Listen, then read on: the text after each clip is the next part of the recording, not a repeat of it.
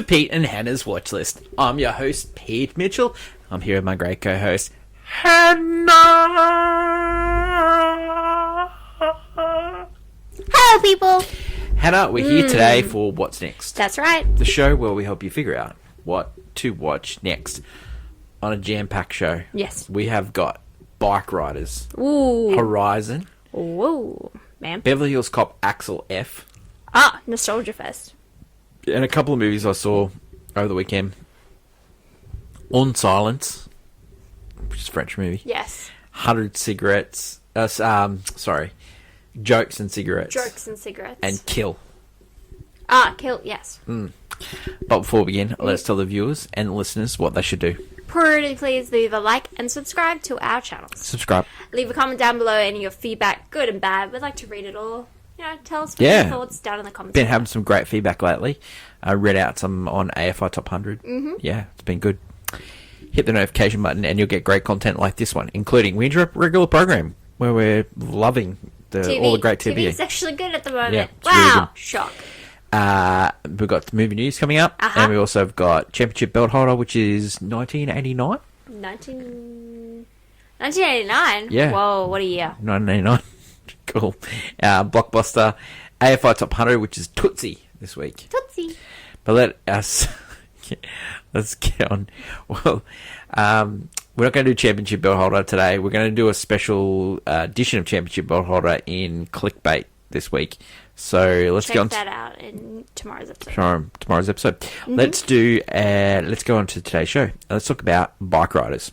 Aha. Okay. Yes. Stars Austin Butler, Jodie Comer, Tom Hardy. Yes. Michael Shannon. Yes. Mike Feist. Boyd Holbrook. Yes.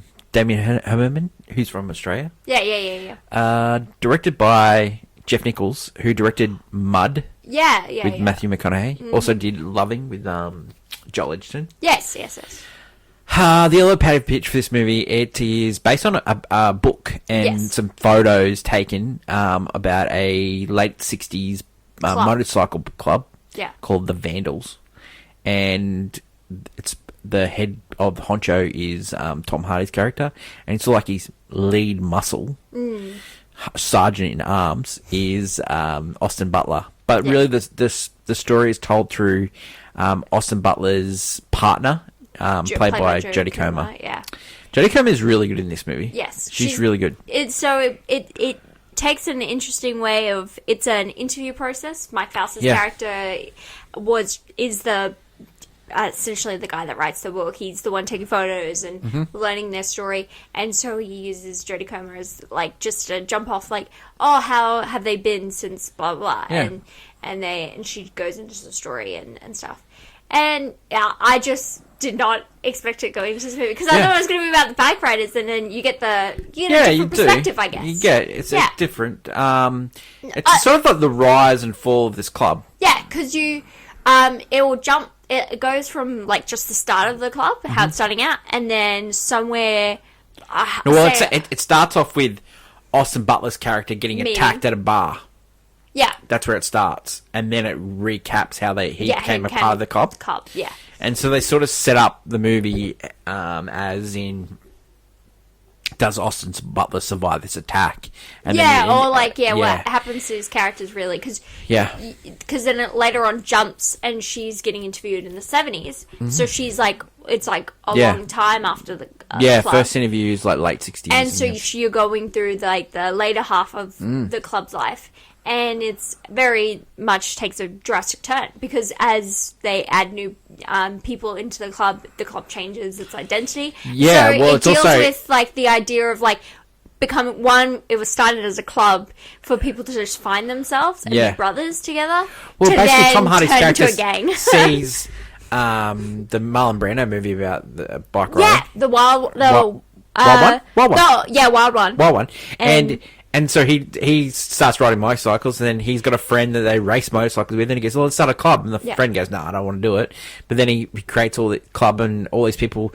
Then he's sort of like, people want other chapters around the country. Yeah. And he doesn't want to do that, and then he fights, and then he goes, yeah, okay, let's do that. But eventually, it also is the time of period where America's going through a lot of upheaval because you got Vietnam, you got vets coming home. They're all not right in their head. Yeah, they're affected by drugs. Lost, yeah. There's like a lot of heroin use. It's like completely changed from like they started smoking weed and drinking and girls, and then it became violent. Yeah, and this movie also, like, it's Tom Hardy's deals with the fact that he loves the thing why he loves Austin Butler's as like a part of the club, because Austin Butler's character does not care about anyone or anything. He has no feelings whatsoever. He is just stone cold. He doesn't care about anyone outside the club. That's why he wears colours. He cares about the club. They show a scene where like Austin Butler runs red lights, and he just wants to be free. And that's what the whole movie, Austin Butler's character is about. He doesn't want to be tied down by rules. And so Tom Hardy's character just loves this.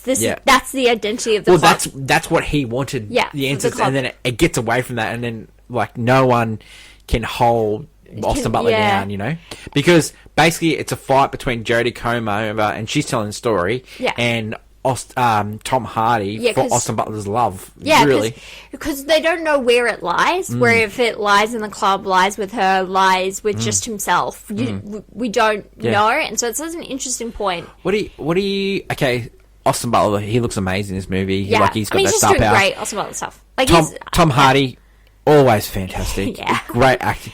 But you know who? You know, like I knew she was good, like last year, but she is fantastic in this movie. She's so good in this movie. She really great accent. The second half of this movie, I feel like such a great accent in this movie. Yeah. Like I think the accent will either work for you or, but like supposedly there's an interview with Jack Nichols where he has a recording of the actual voice, and her voice is mimicked. It's just perfect, you know. Cute. So, would you say people should watch this movie? I think if you're a fan of like the bike riding in general, like for anyone who's like loves watching movies like the Wild One, or what's that other one, Easy Rider, movies like that where it's just like free guys just doing whatever, you know. Well, if you like the TV show Sons of Anarchy, Sons of Anarchy too, you'll love this. Yeah, there's even someone pops up in this as well. Yeah. And it's got that just, you know, free guy, just like men doing men things, and then, but it's about, I don't know, one discovering one's identity. It's just an interesting tale. Very. What rating would you give this one? I don't know. What are you feeling? It's a strange movie because I just don't think it was. Like, for me, particularly, it's not for me. It was a good movie, but I was like, I don't... I think it's one of those movies that you'll watch it once and that's it. Yeah. I think it's not like a rewatchable sort of thing. You don't put it on the background. I don't know. No. It's not... I think, you know, if we had the 2.5, like, you know, if we had a rating for half a played on my phone, half a golf club, I think it's 2.5. Yeah, this is 2.5 on a standard. Yeah. I think it's closer to I played on my phone. So let's give it I played on my phone. I played on my phone. Is it a watch or a miss? It's probably... I think once it becomes a streaming movie, you watch it once and you'll go, it's pretty good. I think if you're a fan of Austin Butler, you'll giggle. You'll have a giggle hoot because he's just adorable as a little bikey. Bikeriders is in cinemas everywhere, and it's VOD in the States now as well. The next movie we could talk about is Horizon, Chapter 1, American Saga. An American Saga. Wow. Okay, firstly I want to say... Yeah? There's some great writing. Wait. There's some great writing. Okay, No. Some great writing and great podcast work on how Kevin Costner made this movie. Oh, okay, yeah. The how-to. All right. So... there's a podcast called The Town with Matthew Bellamy, and he goes into the fact that how he financed this movie. So it's really interesting that how he goes about doing this. So Costa put up a lot of his money for this. He's been trying to make this movie for over 20 years. Like his last movie that he did was called Open Range. Yeah. So he's been trying to make this movie for a long time. Of course. He shot this movie in digital, but he shot it on the location in Utah. Yes. It looks. This movie looks great. No, it looks. Wait, it sounds. It runs like a telly movie. You said it. Oh perfect. yeah, no, You said it perfectly. when I finished this movie, I was like that in 1990 would have been the greatest TV movie I'd ever seen. So first off, I want to say. We this love movie, Kevin Costner. we love Kevin Costner, and this movie is not terrible. It's No, definitely not it's- terrible, but you have to be prepared if you go see it. It's This not movie finished. is not finished. It's you get at the end of this movie, you get a A trailer for the next one. 3 minute, no No sound. dialogue, just a music track playing. It's really like it's supermarket or elevator pitch music. and it's just playing Yeah. all the scenes that are going to be in the next. And it's movie. really hard to give an elevator pitch. Like, it's set in the West. It's Yeah, set... because Horizon is like the a town. When you look it up on Google, it says friends, foes, and enemies, All- in the Old West. Yeah, because there's like... Kevin what it Costner doesn't says. turn up for the first 50 minutes. Yeah. You've got So if Sienna you're- Miller's... yeah. Miller's character is in a township called Horizon. Then you've got Native Americans. You've got... The main cavalry sort of guys. You got the cavalry. You've got a wagon wheel train coming across the Yeah, country. like an Oregon Trail. You've got in Wyoming, you got double crossing, triple crossing of women and men someone hunting down someone. yeah. Killed There's someone. it runs like a TV show. Like, just characters get killed off and does. this disappear and like change. this and, would have been Yeah. a very episodic TV show. Yeah. yeah, like this is like. This is what If you streaming ever movies watched are paying if for. you watched 1883 on Oh yes, or 1922 on 18, on Paramount. Paramount, yep. Tolish. It's very similar to this. Yeah. It's very similar. Yeah, because It's got a good cast, like Sam Worthington's in it from the Avatar movies. It's got Sienna Miller in it. It's got Debbie Houston in it. It's got Michael Rooker in it. Yeah. It's got James Russo in it. It's got Jeff Fahey, Yep. your boy from Hypnotic. Yeah. It's got Kevin Costner in it. It's, Yeah, I will not say that this movie's bad, but I think I'm clouded because I love Kevin Costner so much. I think you are, but yeah, but it's not terrible. it's not terrible. It's just like But I'm waiting for the other shoe to drop the whole movie because it's not because this movie is like we're building up and there's just no satisfaction here. I There's think just if like it's focused on one of the elements of the story for 3 yeah, hours. there's too many. Yeah. There's too many stories. So there's Like, so many. There's a storyline with Luke Wilson in I it. would cut down. Yeah, I'd cut down to 3, which is would make more sense. Which is Kevin Costner's story, which is crazy, but cut I'll it go down one to even his. better one. Why wouldn't you cut just it down do to the Sienna cavalry. Miller's story and Kevin Costner is the Sam Worthington character? I would. Yeah, well, I think because he wanted to be like a cool like cowboy kind of thing. Like more so than a cavalry guy. I think Kevin Costner's going to end up with Sienna Miller. I just We don't know. So you have the cavalry. I would have the cavalry, the Oregon Trail people, and the I think what's all going to happen is everything is going to everything comes together. So but I don't know how many. Horizon is a town they're all going to come end up. together at. Well, it's supposed to be 4 movies. Yeah, all these stories are going to combine into this epic, point. Number 2 comes out in a couple of weeks. He's making number 3, and he's trying to finance number 4. Yeah. I just don't think he's going to get the financing for it. I feel really bad. I wonder if, like, in number 2, you're going to get, like, an end story. Yes, that's interesting. Especially, Are you going to get another trailer for 3? I know. The problem I see is just people would throw off at And this. if you haven't seen 1, are you going to see number 2 in the cinemas? No, you're not going to be crazy. Yeah, they're 3-hour movies with a lot of story. It's already been announced it's going to be on Stan in Australia.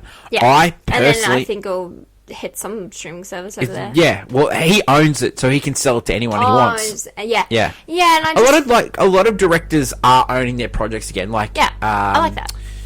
Scorsese? No. Francis Ford Coppola, who's got Megalopolis coming out. Coogler's next movie, he is going to own that eventually. Yeah. The Warner Bros. Movie. Tarantino's last movie, Once Upon a Time in Hollywood. That's Tarantino. He owns it after 20 years. He owns it. Locks on no. So he owns what he can do with it. Like, he can make it into TV shows or whatever he wants. And I think so. It's really important. I'm just saying it's interesting play by Costner that he wants to leave this as a legacy for his family. Yeah, he wants. I think this is his last big play as a director. I think he might be dealing with the fact that we're not in the 90s anymore, and everyone will go see Kevin Costner's big movie. I think he thought because he was on Yellowstone. hit TV show. Yeah, but I think if he was still doing that hit TV show and he says, go see my movie while you're waiting for the next series of air, I think it would have a lot of work. But I think a little bit of people ticked that he's not going to be in Yellowstone anymore. And this is the reason why he's not going to be in Yellowstone. Yeah, well, that and other many factors came into play. Watch or miss? I would, until it comes to streaming, please just miss it. Because it's strange that he didn't shoot this on film. He showed it digitally, so it makes it look like a TV show too. Yeah, it's a really, it's an epic, if you're got the itch for the epic western. The abrupt cuts, it is like a TV movie. Because they're cutting to different storylines, because you could be in there, I'm invested, I'm like, even though it's really cheesy. You don't come back to where it was, you come back a couple months later. Yeah, because I was invested in the Sam Worthington plotline, because it was just cheesy and adorable. And then it just, cuts, and then we come back, and then stuff's up, and I'm like... And they're together. I was like, what? Yeah. I was like, what is it? Yeah. Look, it's a watch. It's a watch for when it comes to streaming. Yeah. It is problematic.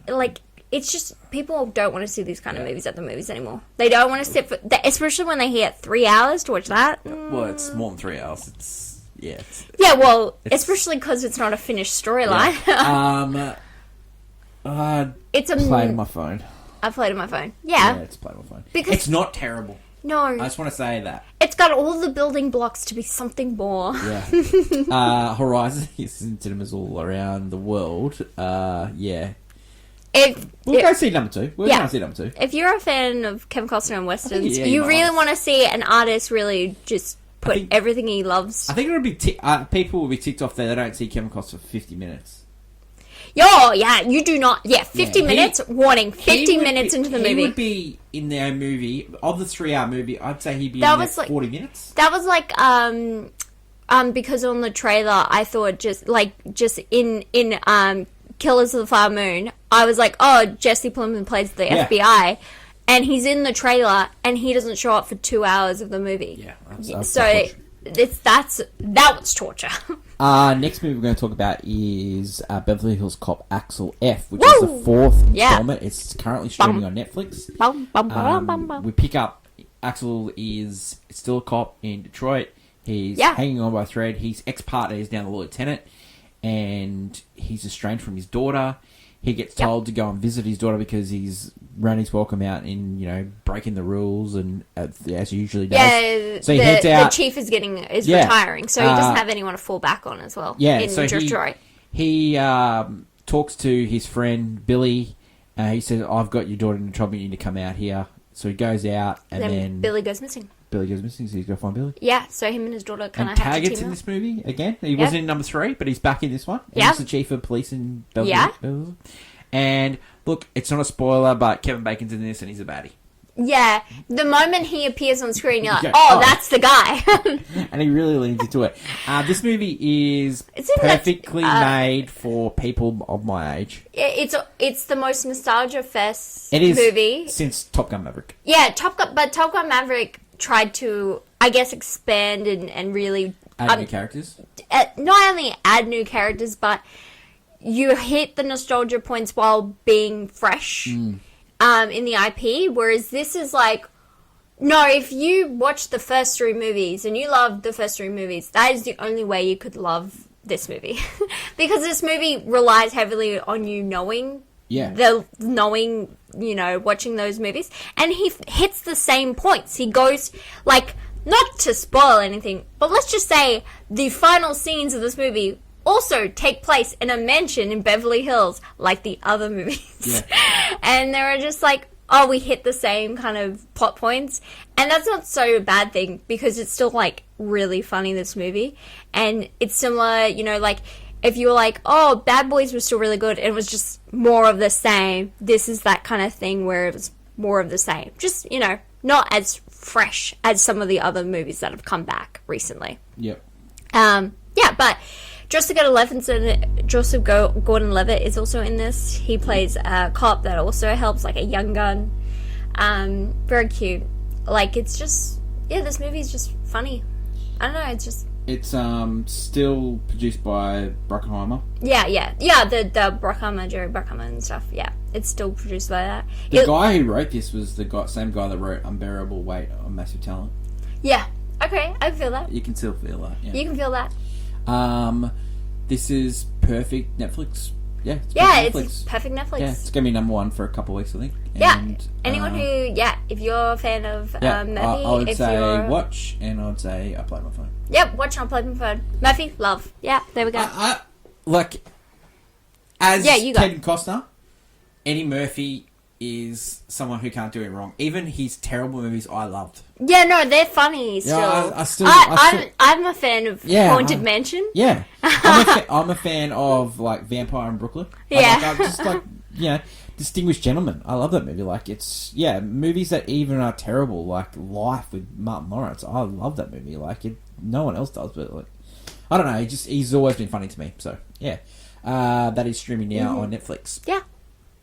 Okay, I want to talk about a couple of movies I saw recently when I was in Sydney, and one is called A Silence, which is En Silence in French. This movie is so horrific. It is harrowing. Okay. If you get a chance to see it, probably just avoid it. Oh man, it is so tough to watch. I don't even want to explain the story. Warning, please avoid. Just don't watch it. And like it's well acted. I can see why they made it, but for me, it's a non-watch. Next one I want to talk about is Jokes and Cigarettes. It's about a comedian called who was a singer with his wife. Oh yeah. And then she went away because her mother was sick, and he started doing like jokes, and he had all these jokes written out. Yeah. And he became like the biggest comedian in Spain history. His name was Ignacio. Yeah. And he had like he did tapes, he did like a club, he did like tours. He was just absolutely huge. And you can tell like there's comedians in Australia that crib from his act. Yeah. There was like a guy called Elliot Goblet who did okay, yeah. And there's also the guy that did the Australiana sort of like comedian sort of thing like that. Yeah, a lot of people have crapped from this guy's routine. He like deadpans everything, and he just chain smokes. This movie was made in conjunction with HBO Max. It's funny. It's also sad. It's about a life. It's just a biopic, so it's just run-of-the-mill biopic. If you get to see it on streaming, I would. I probably wouldn't go see it at the movies. So I play it on my phone. Yeah. The next movie I want to talk about is Kill. Now, Kill was released last year in India, and it is it's about a captain who has a unrequited love, who's getting married, and then she leaves him a message to come and get her. Oh. And she's sort of in an arranged marriage. Oh, yeah. And then he's trying to stop her from getting married, and then they go on catch a train, and the train is taken hostage by these guys that want to rob the train, everyone on the train. Okay. And then basically it's just a fighting movie for 2 hours. Yeah. It's amazing. It's just so violent. As titled, Kill. Now, the guys that did John Wick movies, Chad and David, are going to make this movie into an American version. It'd be interesting to see what they do. How do they make it in an American version? Yeah. But this movie is pretty good. It's there's no. I don't know if you've ever seen any Bollywood movies before. Like we loved Patan. We loved. We loved Patan. We loved and what was the other one that we saw? That was the Netflix, the Amazon Prime one. The one Mission where Impossible one. Yeah, that was a really good one as well. Yeah, they have songs in those. There's no songs in this one. There's no singing in this one. This movie is depressing. It's a straight action movie. Yeah. This is a definite watch at the movies. If you get to see it at the movies, it's in limited release all around the world. It was big hit in India, but it's limited release in America, England, and Australia now. So if you get a chance to watch it on the big screen. It's a really good movie on the big screen. I would say it's a watch, and it's a golf clap for me. Yeah, Kill. Kill. Yeah. That is it.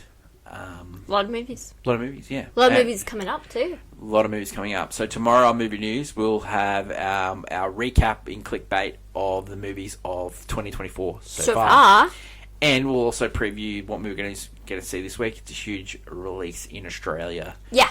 Huge. That is my lovely co-host, Hannah. I'm Peter. Long live cinema. Until we meet again, it's bye for now. Bye.